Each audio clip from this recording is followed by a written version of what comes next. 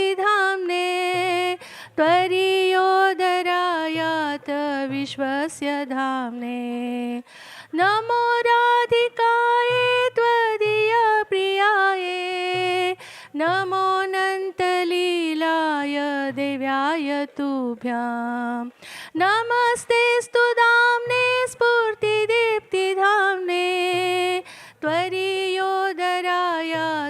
विश्वस्य धाम्ने नमो राधिकाय त्वदीयप्रियाये नमोऽनन्तलीलाय देव्याय तुभ्यां नमामीश्वरं सच्चिदानन्दरूपं लसत्कुण्डलं गोकुले भ्राजमानं यशोदाभियोलोकलाघवमानं परामृष्टमत्यन्ततो दुग्धगोप्या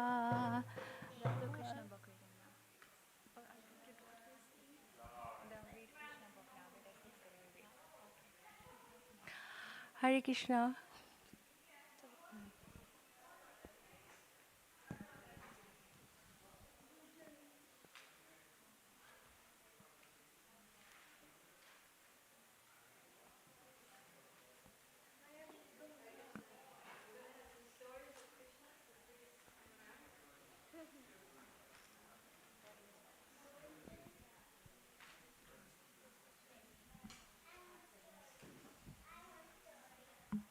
You like stories? Good. I do too.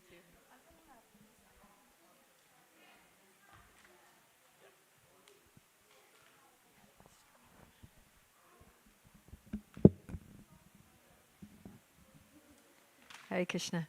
So we're going to start with a little special invocation that we usually sing before we read this book. This book, by the way, is called Krishna, the Supreme Personality of Godhead. It's based on the 10th canto of Srimad Bhagavatam, which is all Krishna's pastimes in Vrindavan, in Mathura, and Dwarka. It's very beautiful, all the stories of Krishna. And we're going to read chapter 25, which is called Devastating Rainfall in Vrindavan. So you know the story of when Krishna lifted up Govardhan Hill with his little finger? So it's part of that story.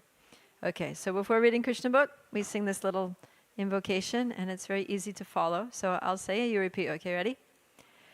Krishna, Krishna, Krishna, Krishna, Krishna, Krishna, Krishna, hey.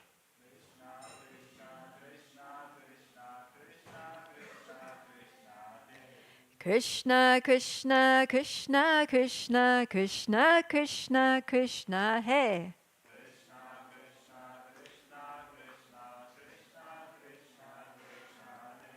Krishna, Krishna, Krishna, Krishna, Krishna, Krishna, Rakshamam.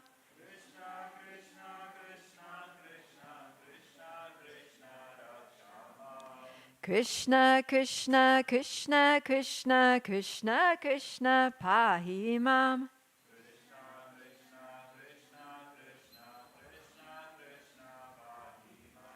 Rama Raghava Rama Raghava Rama Raghava Rakshamam.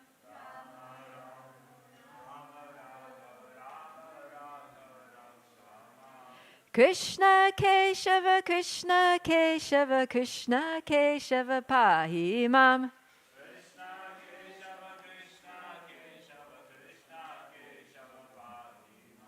All right, well done. That's a fun song, right? Okay, so chapter 25 of the Krishna book. When Indra understood that the sacrifice which was to be offered by the cowherd men in Vrindavan had been stopped by Krishna, he became, what? Angry. He became very angry. And he vented his anger upon the inhabitants of Vrindavan, who were headed by Nanda Maharaj, although Indra knew perfectly well that Krishna was personally protecting them. Does that happen sometimes, that you get angry and then you vent your anger on somebody else, even though they're innocent? So, no? Oh, good. I'm glad to hear that. So anyways, Indra, he became angry and he took out all of his anger and frustration on the residents of Vrindavan, headed by Nanda Maharaj. As the director of different kinds of clouds, Indra called for the Samvartaka. This cloud is invited when there is a need to devastate the whole cosmic manifestation. So at the time when the universe comes to the end of its cycle, and you need to destroy the whole universe, including all the planets, then Indra invokes these, he calls these clouds, special kind of clouds, the clouds of destruction. And they pour down so much rain that everything gets just washed out and flooded and destroyed. So he calls those clouds. So this is very, very heavy rain. The Samvartaka was ordered by Indra to go over Vrindavan and inundate the whole area with an extensive flood. Demonically, Indra thought himself to be the all-powerful Supreme Personality. So this is interesting because Indra, he's not a demon, he's a demigod, right? He's one of the good guys in the heavenly planets, but he's acting demonically. So sometimes this happens, right? That when things don't go our way, we get angry, we say harsh words, and sometimes we can become, angry and violent and hurt people and break things, and we start acting like little demons, even though you do that? All right, be careful. So it's kind of we see even demigods do that. What to speak of, people here on this earth. So we have to be careful to watch ourselves to not behave demoniacally. When demons become very powerful, they defy the Supreme Controller, the Supreme Personality of Godhead. Indra, though not a demon, was puffed up by his material position, and he wanted to challenge the Supreme Controller. He thought himself, at least for the time being, as powerful as Krishna. So this is our illusion. Sometimes we think we can do whatever we want. We think we're as powerful as God. No one can stop us. So Indra is thinking like that. Indra said, "Just see the impudence of the inhabitants of Vrindavan." Do you know what impudence means? It means stupidity. Just see how stupid these inhabitants of Vrindavan are. They're listening to Krishna. They are simply inhabitants of the forest, but being infatuated with their friend Krishna, who is nothing but an ordinary human being, they have dared to defy the demigods. You can see Indra's very confused. He's thinking that he's the Supreme Controller, and he's thinking that Krishna, who's actually the Supreme Controller, is just an ordinary human being. So this is what happens when we become demonic. We become really bewildered. Krishna has declared in the Bhagavad Gita that the worshippers of the demigods are not very intelligent. He has also declared that one has to give up all kinds of demigod worship and simply concentrate on Krishna consciousness.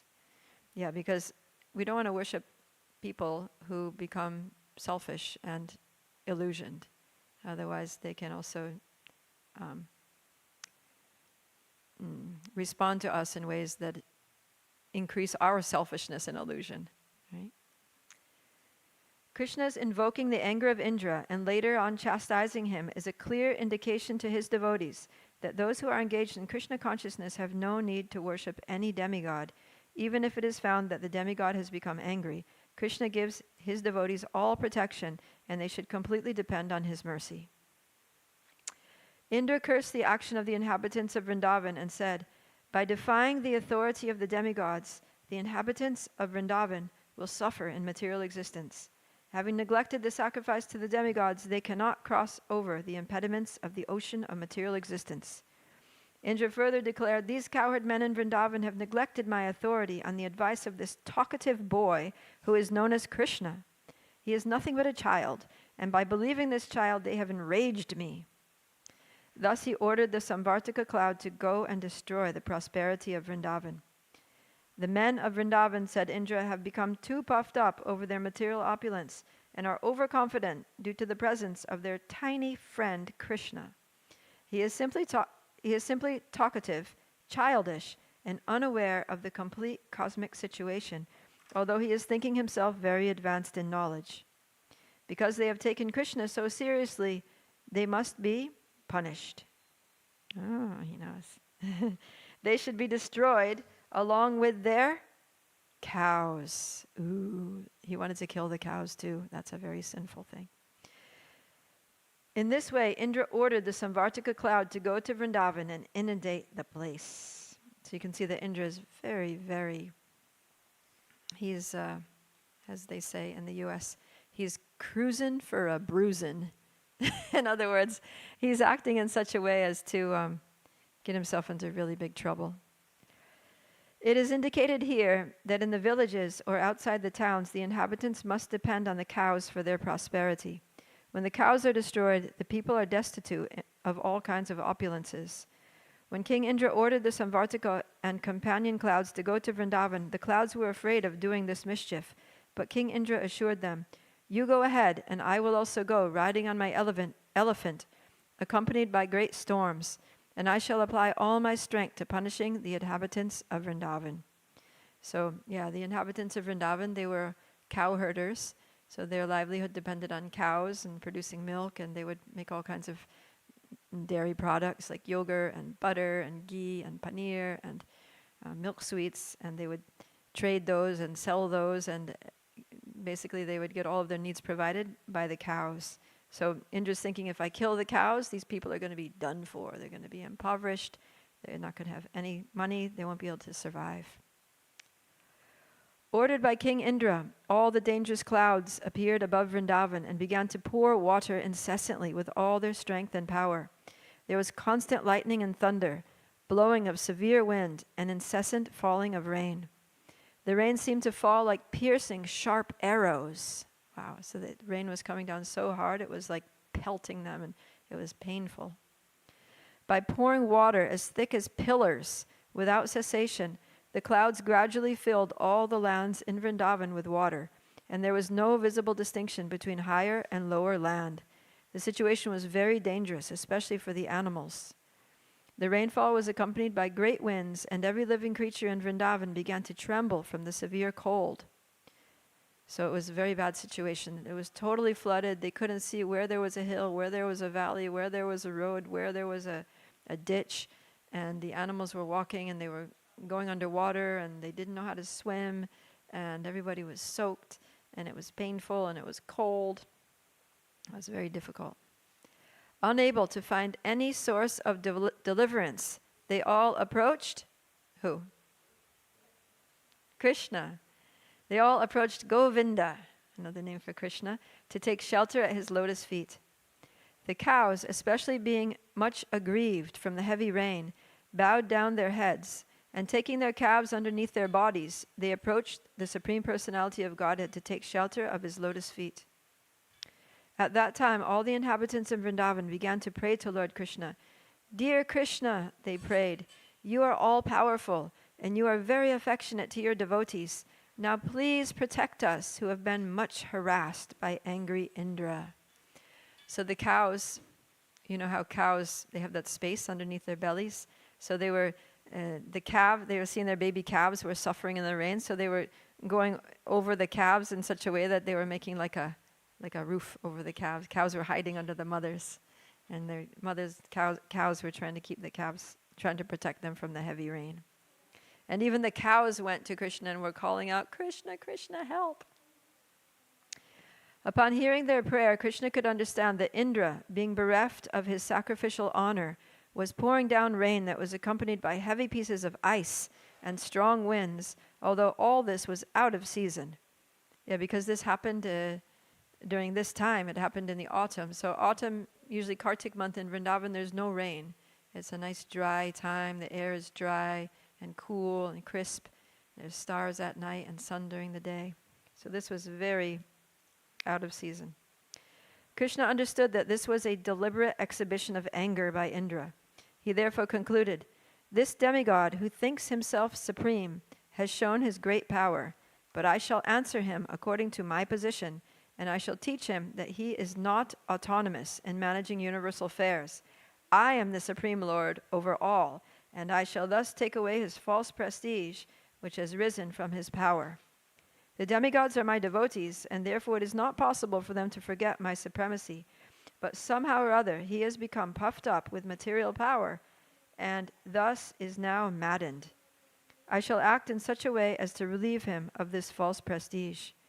I shall give protection to my pure devotees in Vrindavan, who are at present completely dependent on my mercy, and whom I have taken completely under my protection. I must save them by my mystic power. So that's how Krishna always thinks. Whenever his devotees are in trouble, and especially if they call out to him, he's always right there to the rescue. Krishna always protects his devotees. He says that in the Bhagavad Gita. That's his promise, that anyone who takes shelter of him will be fully protected. So now he's about to protect the inhabitants of Vrindavan, and he's going to do it in a very special way.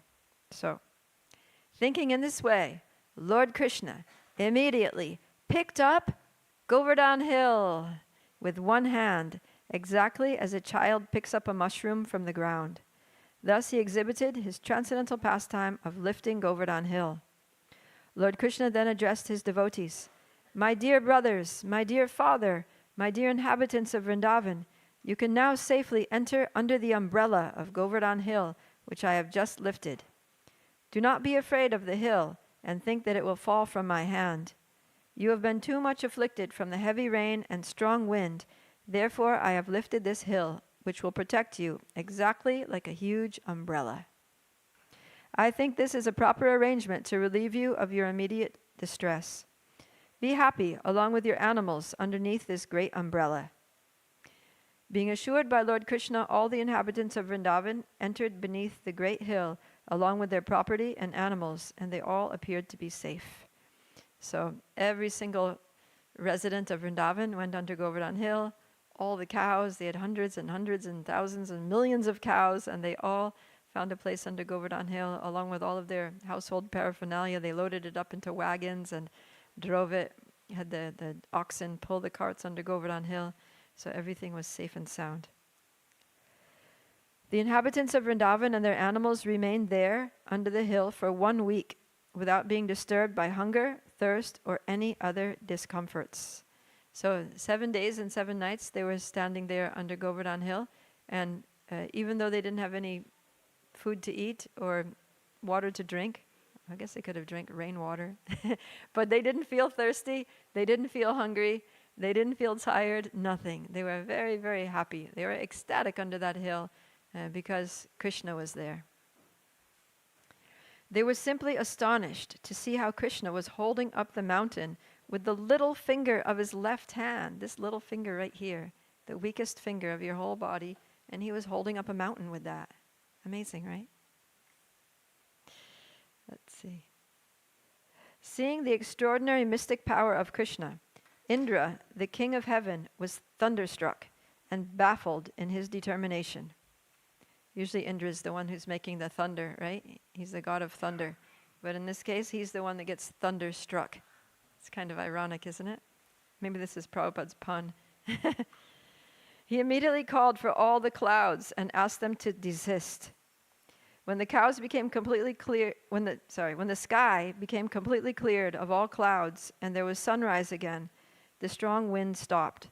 At that time, Krishna, the Supreme Personality of Godhead, now known as the lifter of Govardhan Hill, Giridhari, said, My dear cowherd men, you can now leave and take your wives, children, cows, and valuables, because everything is ended. The inundation has gone down along with the swelling waters of the river. In other words, it's all over, the sun is shining, and everything is nice again. All the men loaded their valuables on carts and slowly left with their cows and other paraphernalia. After they had cleared out everything, Lord Krishna very slowly replaced Govardhan Hill in exactly the same position it had been in before. When everything was done, all the inhabitants of Vrindavan approached Krishna with feelings of love and embraced him with great ecstasy. The gopis, being naturally very affectionate to Krishna, began to offer him yogurt mixed with their tears. Aw, that's sweet. It's like Charnamrita, right?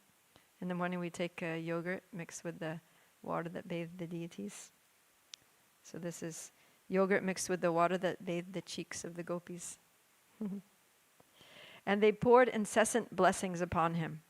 Mother Yashoda, Mother Rohini, Nanda, and Balaram, who is the strongest of the strong, embraced Krishna one after another, and from spontaneous feelings of affection, blessed him over and over again. In the heavens, different demigods from different planetary systems, such as Siddhaloka, Gandharvaloka, and Charanaloka, also began to show their complete satisfaction. They poured showers of flowers on the surface of the earth and sounded different conch shells. There was the beating of drums, and being inspired by godly feelings, residents of Gandharva Loka began to play on their tamburas to please the Lord. I was thinking it was interesting that Krishna is being blessed by all the Brajbasis, because usually people approach the Lord and they ask for blessings, right? We go in front of the deity, please bless me with this and bless me that way and bless me this way. We're asking for blessings. But here, Mother Yashoda, Mother Rohini, Nanda Maharaj, Balaram, they're all blessing Krishna. They're giving their blessings to him. Oh, he's such a good boy. Just see what he did. Let's bless him to live a long life and be healthy and be strong and be happy.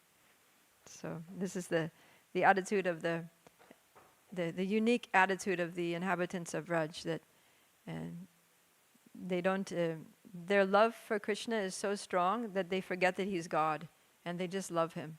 They just see them as their little boy, their pride and joy, their adorable little Krishna.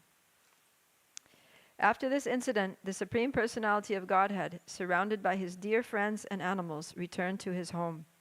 As usual, the gopis began to chant the glorious pastimes of Lord Krishna with great feeling, for they were chanting from the heart. Thus end the Bhaktivedanta purports of the 25th chapter of Krishna, Devastating Rainfall in Vrindavan. Yeah, so if you read this book, you'll see how, like, every day, and sometimes multiple times a day, Krishna is doing something very wonderful.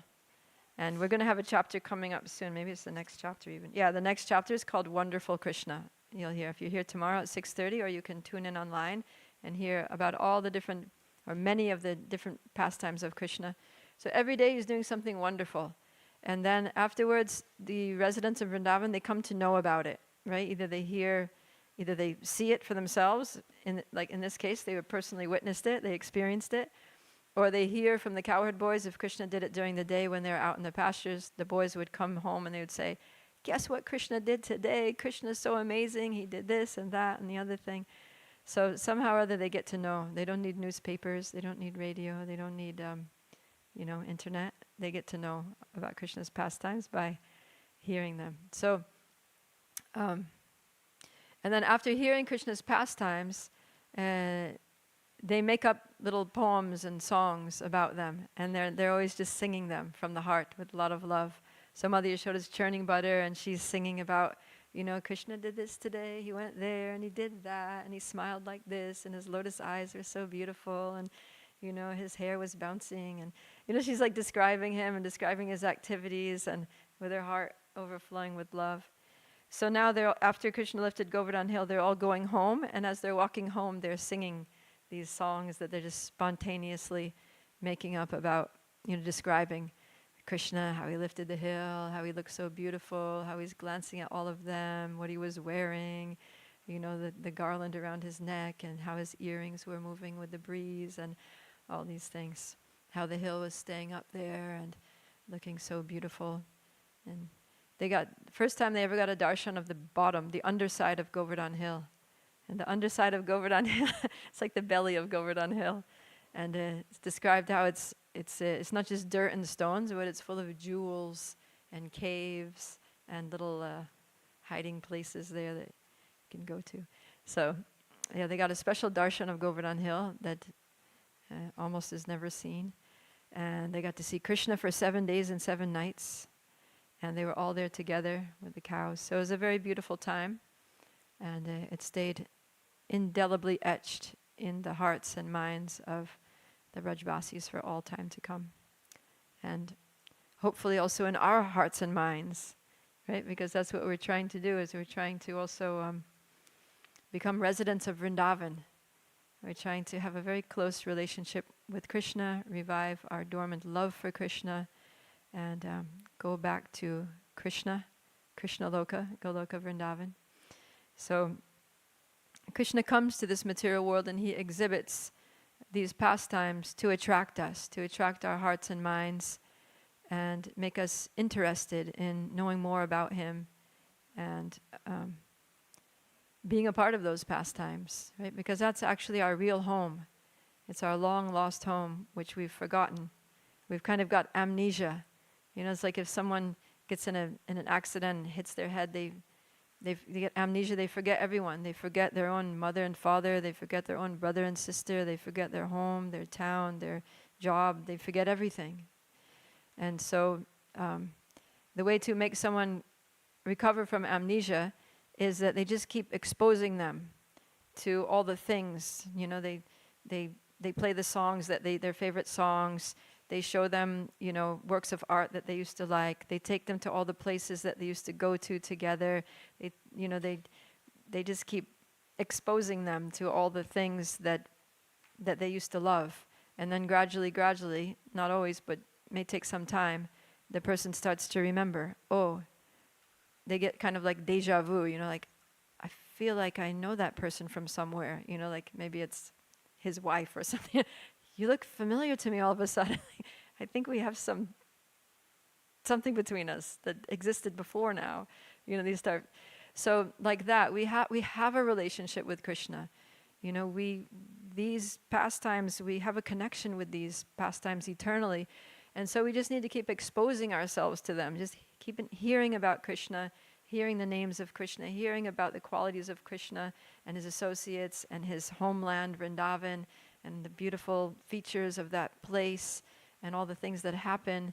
And it's supposed to wake up our memory that, oh yeah, Krishna, I have a relationship with this person, the Supreme Person, he's my best friend, you know, and that place, I also have a place there. That's actually my home. That's where I'm supposed to be. What am I doing here? Right? So we just need to remember. Like Srila Prabhupada said, I've come here. One time when an interview was asking him, why have you come? I think it was why he was in America. I think it was in America. Why have you come to this country? He said, I've come here to teach you what you've forgotten. To teach you about Krishna, to teach you about your eternal lost loving relationship with Krishna, to revive your dormant Krishna consciousness. So that love for Krishna is deep down, it's there in all of us. It's inherent in us, and it's just covered. So when we engage in the purifying processes of bhakti, by hearing, by chanting, doing kirtan, chanting japa, seeing the deities, doing seva, all these things purify that conditioning. It gradually, layer by layer, removes those coverings so that eventually that love will be able to spring forth, be able to rise, and we'll realize who we actually are, you know, in our eternal constitutional positions in relationship with Krishna.